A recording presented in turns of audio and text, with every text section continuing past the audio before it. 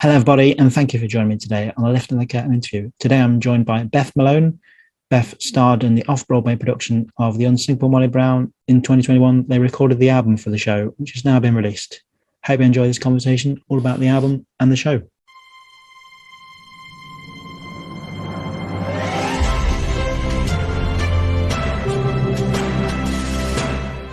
You've had the journey with the show since 2014. I presume the original version you did was the old version, was it?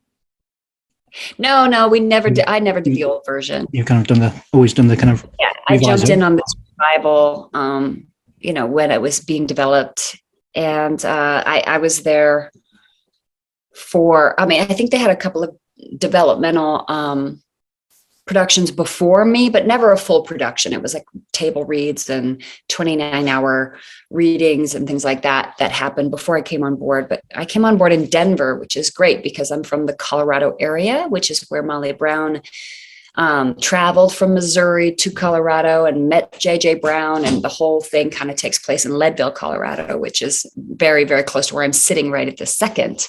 Mm-hmm. So I left New York. I just finished shooting a TV show and came back to Colorado, which is where we kind of live.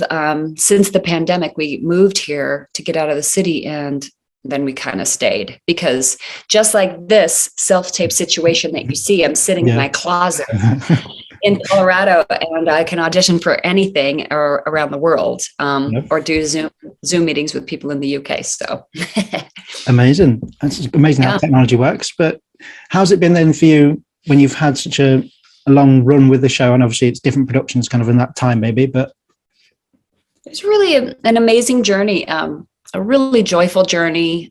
Dick Scanlon, who reinvented this version of the show. He's just so delightful to work with, and Kathleen Marshall, who directed it, and Michael Rafter. All of those folks are just a lot of fun to hang out with. So anytime we got the call that we're like revamping the next version of it, it was like, oh boy, we get to see everybody again, and we get to play. And all of that was just really, really joyful. And the difference between the three productions that I did was the main difference for me was my JJ, my not only the design concept and things like that, but the guy who plays opposite me was different every time. And it really changed the way the show was every time. And not better and not worse, just different. Like each one of them was lovely and brought something so unique and special to the role. Burke Moses, who played it in Denver, was just like all heart, and Mark Kudish, who played it at the Muni, was just like really intellectual and a great like sparring partner intellectually. He was a great, he was a great person to get into an argument with because he's just wicked smart. And then David Damane, he was sort of this silent giant who he was very, he was sort of like a big piece of granite. He was solid and still, and I could just bounce off of him the whole show, which was incredible. It was an amazing dynamic, and he was just such a love backstage. He was just so much fun to be in a long run with, you know what I mean? To create something with, and then to hang out with. He was just like such a delight. And it remains my close friend. I'm really good friends with all of them still. So that was one thing that the show also gave, was like long-term friendships that only come from, when you're kind of struggling and building something together, you really form those tight friendships. Of course, as you kind of already touched on in the bit that I forgot to record, is this show got obviously cut short in 2020, and then obviously that's right, full circle to the album, which I know you recorded in 2021. I'm guessing you kind of had to do that with restrictions in place, which makes it hard. It was a drag. We showed up and we were all ready to, hug and slobber all over each other, and we had to be like, it's such a drag. But then, the album came out really well. So I think, that day was all of us coming back together and doing really good work. We had to re-rehearse it because we had been away from the show so long. We had to relearn our parts, and just one person wasn't available. So we had to kind of cast a person to come in and sing a certain line. And it was just like strange days. But, we had this cast album scheduled, and then that got canceled. And then we had it scheduled again, and that got canceled again. So, just getting it done in the midst of all this was kind of miraculous as it was. So. Yeah. And as you kind of already touched on, that kind of like this new version that you've put out to the world that people can pick up and now do their own versions of. Kind of how exciting for you is that as a performer? It's so great because this is it's a whole new script. So now when people do the Unsinkable Molly Brown, they can choose to do the revisal version, this revision revival, which has a lot of the same songs from the original, some new ones, but they're all Meredith Willson. And the script had a much needed update, and it's very current and feels very, there's a lot of laughs and there's a lot of current events and a lot of history in there, but it doesn't shove it down your throat. It just happens in these, there's a lot more factual information about the real Molly Brown in our version. And there's so much that is interesting about her that there's no need to whitewash it and make it sort of dumbed down. It's like, there's so much good material there. Why not tell the truth? Because it really is, she's an extraordinary person, did a lot of amazing things, and was quite the character. So all of that makes for a really good show. Yeah. And as you touched on just there, there's kind of songs from Meredith Willson that may have not been heard by people before. Is that kind of another exciting challenge to lay down? And it was amazing. There was this one in particular called Wait For Me that is a repurposed march. Michael Rafter and Dick Scanlon took what used to be like ba-ba-da, ba-ba-da, ba-da, ba-da, ba-ba-ba-ba-ba-ba-ba, like a march. Yeah. And they turned it into a ballad. Because the melody is really interesting if you slow it down. Wait for me. After all the time apart, the years we've let ourselves forgo. If you can hold on just a little while, just a really lovely melody, Yeah. unexpected, goes unexpected places. And it ends up being the 11 o'clock number, Wait for Me. And it used to be a commercial for chemical weapons called Fire Up. Yeah. Meredith Willson was commissioned to write sort of like a march, like go into battle with like this chemical warfare, fire up. And it was about like blasting people with fire cannons. But now it's a nice, lovely ballad, love ballad. Yeah. And I know this is always the impossible question, but do you have a favorite number from the show? Let's see. I love Ain't Down Yet, of course. It's so fun to do. And every night I was ready, just like raring to go to knock that one out. But I also like Share the Luck. Share the Luck is such a fun song, and it's such a great sentiment, and it's very current. It's very relevant. And it's just a blast to sing, because she kind of like takes people to task in it. It's not like a sweet, like share the luck. She's like, you got more than you need. Yeah. What are you waiting for? Like that's the way she handles that. And it's really fun to sing. Yeah. Yes. Strong. I would also throw in Are You Sure as probably one of my favorites. So. Oh, Are You Sure? Oh yeah. That's such a great one. Oh yeah. Yeah. Are You Sure? Actually, you're right. That's the one. Yes. They're all strong. It's a very good album, to that. It comes across very well. Thank you. Yeah, some really kind of not seen the production. Sure. Yeah, that was a great one. Yeah, they're all good. They're all good, though. But what have you kind of taken away? I know you've had quite a journey with the show, but what have you kind of taken away from playing Molly? Well, like here's my current cause is, I'm sorry I can't keep my laptop from doing that. I have no technical skills. I'd love to make it stop. It's all good. Zero skills. I know that there's a way to do it. I have no idea what way is. No idea either. My current mission is to try to get single-use plastic containers out of the Broadway community. That is like the thing I learned from Molly is like,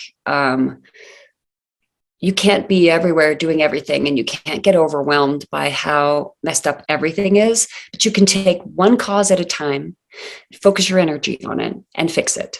So my, I have a real problem with our Broadway community using these single-use plastic water bottles. They sell them at shows and they provide them in rehearsals. And I just want to eradicate that in our industry. And I think it's going to be a huge fight because they're ubiquitous, and it's a huge battle to get them out. But that's the one thing that I feel like if I can implement that one change in my lifetime, then I will have done something. I will have saved tons and tons and tons of plastic waste if I can get it out of the Broadway. Yes, please, to all of that, because it's when you leave a show, isn't it, and you see the mess that's left behind, especially as an audience member, kind of. Oh. Yeah, there's no way in good conscience we can continue that. And we did a zero plastic production of our show. I just sort of led this initiative through the Broadway Green Alliance to do a zero plastic production, meaning we will never provide as a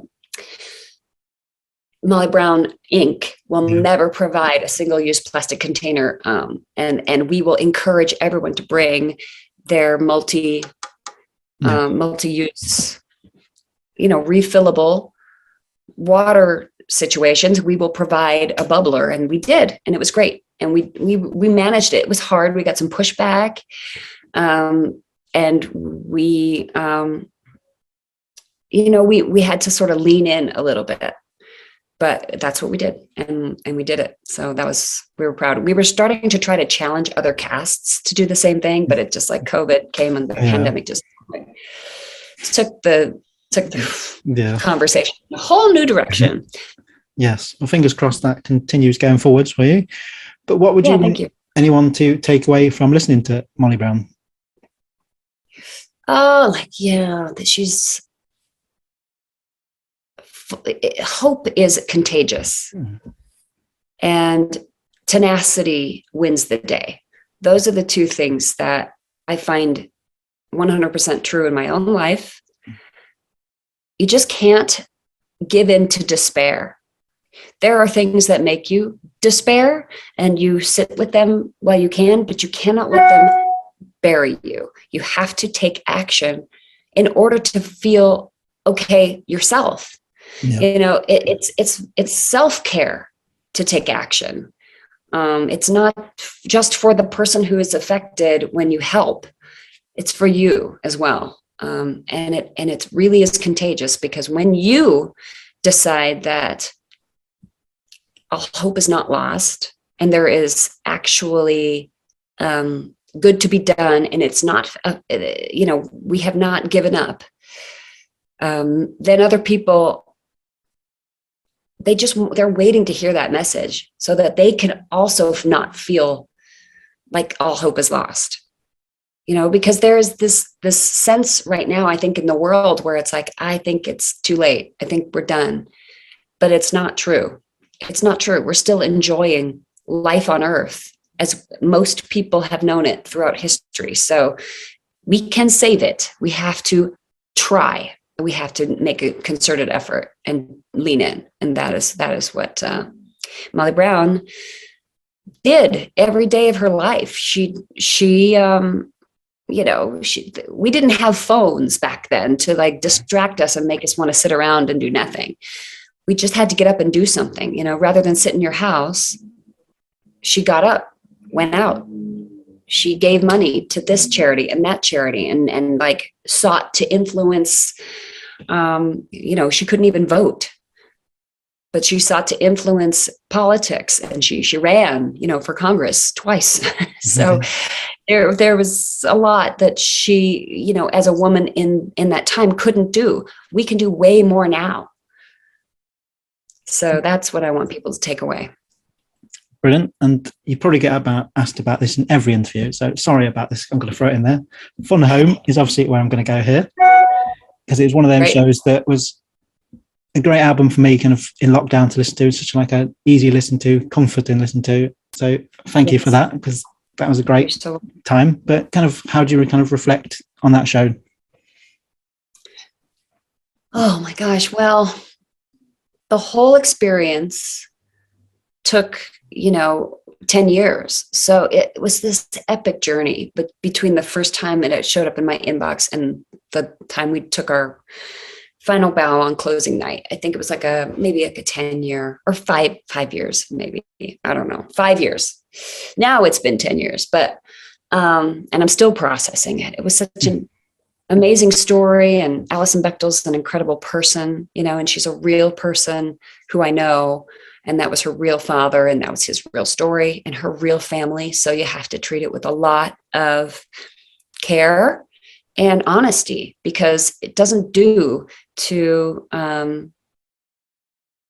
it doesn't, any less than that is disrespectful to what we're trying to say here about him. And, it's a very fragile thing to expose something so personal in such a broad way and sort of like give it over to the public. That's when you can get into tricky situations there, especially as it goes out regionally. And, any version of Bruce Bechtel out there can happen and has. But while we had control of it, while we had it in our care, it was just a very,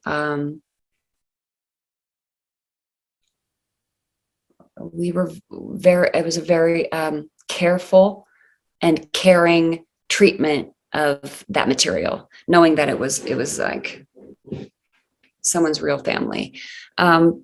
The material itself, the show itself, the music itself, I just revisited that closer, Flying Away, the trio with the three Allisons. I did it in a concert for the first time a couple of nights ago with two local actresses who had played the parts regionally. And I was reminded how moving the entire show is and how it does this thing. It just kind of gets under your skin in this really systematic way. Like it creeps in on a tiny, tiny, slow pace at a very human scale. That's why it kind of undoes you. You don't really even see it coming. Why am I weeping at the end? Why am I wrecked? It's like nothing really happens in this show. Why am I destroyed? So that was quite cathartic the other night to revisit that closing song. Yeah. Amazing. Yeah. And another one I'm going to ask you about is obviously you're in Tick, Tick, Boom. I mean, yes, that has gone massive. I mean, especially kind of the Oscar nomination for it and all that. Yeah, that was really fun. It was great because Andrew Garfield and I had been in Angels in America together, which started at the National. Did you see it there? I did not, unfortunately. Well, he was wonderful in it. And then when he came over here, I was his angel here. And we hadn't seen each other since that closing night. So when I walked on set, it was like, really, really fun. And of course, when you get a text from Lin-Manuel Miranda, you kind of go, why is Lin-Manuel Miranda texting me? And then that was the beginning of it. And then COVID had it pushed and shuffled around and things like that. So by the time we went in to shoot it, we were all just so grateful to be there. They quarantined us in Brooklyn for like 2 weeks. We couldn't see anybody. I live in New York City. They wouldn't even let me live in my apartment. Like Netflix put us in hotels and like monitored us so that we wouldn't accidentally bring the virus onto set, because we had so many legends in that one room together. And we were all in this giant warehouse together. There's Bernadette Peter, it was just like, oh my gosh. And, if we weren't all socially distanced, wearing masks and face shields, it would have been the hang of the century. Yeah. But, we didn't want to, like give Cheetah Rivera COVID. So we all were very well behaved. Yeah. But that was an incredible honor to play Allison on film for all time with all those legends, and to have Allison, that character, be named among, the legends of Broadway. That was an incredible honor. Yes. And I know you've already touched on this already briefly, but you've just been filming City on Fire, which is coming out next year on Apple TV. What can people expect from this? City on Fire is a great novel by Garth Risk-Hallberg. So if you want an epic treatment of this story, you can listen to all 35 hours of it on your Audible, or you can just like try to read it, which I listen to it, I have to say. But it's an amazing story with tons of moving parts, and I get to play somebody that people wouldn't you normally cast me as. So you'll see me playing sort of an Upper East Side, high maintenance trophy wife, which is a far cry from Alison Bechdel. And I think it'll be just kind of, people won't know who I am. I know people will like go, who is that? They won't even recognize me. But I get to play John Cameron Mitchell's sister. So he and I are sort of these kind of villainy types. We're not very nice in it. We're sort of the bad guys, but we're very sweet on the surface and very denying, like, what? We're not doing anything. So it was incredible to spend a ton of time with him because I'm a huge fan, and he's just the loveliest guy. He just ends up being just like a wonderful esthetician. Like he's got an amazing, aesthetic in everything, art, music, life. He lives well. And so just spending time on set with him was really fun. All the conversations and, the sharing of like, have you seen this artist? Have you listened to this music? It was just, It was a blast. Amazing. Well, that's going to be out next year on Apple TV for everyone to look out for. Yeah, but currently I'm in this thing called 5 Days at Memorial, and it's on Apple TV streaming right now. And we started it. I'm only in a few episodes, but this is when Hurricane Katrina hit New Orleans, there was a hospital that had a whole bunch of people trapped in it. And it's an 8-episode limited series on Apple TV, 5 Days at Memorial. So I'm in that right now. Amazing. Well, another one to check out for everyone. Yeah. I ask everyone this same question. It's quite a deep question for everyone. Simply, what does theatre mean to you? Oh, theatre. Theatre is a conversation, and it should reflect the current culture, but it should reflect the best of it and the worst, but also it can push the culture forward. The conversation can move forward first in art, and then politics and legislation follows. Art leads the way culturally, and theater, it's a medium of the writer. It's a writer's medium. It's an actor's medium. So you really, as an artist, you get the opportunity in theater, unlike television, to say something and to be a part of like pushing the entire culture forward. To be a part of that, you have to recognize that that's a big responsibility when you're in it. So, and an opportunity. I'm currently writing a musical myself that has a lot of gender issues, but it's like a post-gendered world. So this is the conversation I want to have in this current climate where gender is a big issue. I would like to take the conversation in a certain direction. So I get to do that because I can pick up a pen. Anybody can do that. And my co-creator, Emily Salyers, is an Indigo Girl, that group, the Indigo Girls. So she's writing the music, and co-book writing with Marianne Stratton. And we are writing a treatment of Cyrano, a lesbian treatment, queer treatment of Cyrano. But it really is not. It's really just a human story. Yeah. And that's what theater can do. You can make the world you want to see. And that is something when I realized, I was like, well, I have a pen. I'm going to pick it up. Yes. Amazing. Well, my final question for you is full circle. Simply, why do you think anyone should listen to the album, The Unsinkable Molly Brown? Oh, I think anyone should listen to the Unsinkable Molly Brown album, because if they're a musical theater lover and you're a fan of old time musicals and Dear Evan Hansen, I think this is where these two worlds come together. This is the best of what a Broadway score can do. right now. And I feel like you should give it a listen, because it is accomplishing a whole lot. Yes. And it's a blast, and it's got heart, and it's hilarious. So it does a lot of things. Yes, I fully agree on all of it. It's a brilliant album to listen to. Thank you for your time today, Beth. You, as I said at the start, you're amazing. You've got such Thank talent. you so much. If anyone's watching, I'm glad we got it. If any West End people are watching, then bring it over, please. Oh, that would be a blast. I'll come do it. I'd love to do it. Please do. But yeah, thank you for your time, as I say, and I hope you enjoy the rest of your Friday. Thank you. Hopefully you'll have to bring it over now. We've said it now. You have to bring it over. I know, we did it. Let's do it. Hey, come on. Let's get these producers in line. I would love that.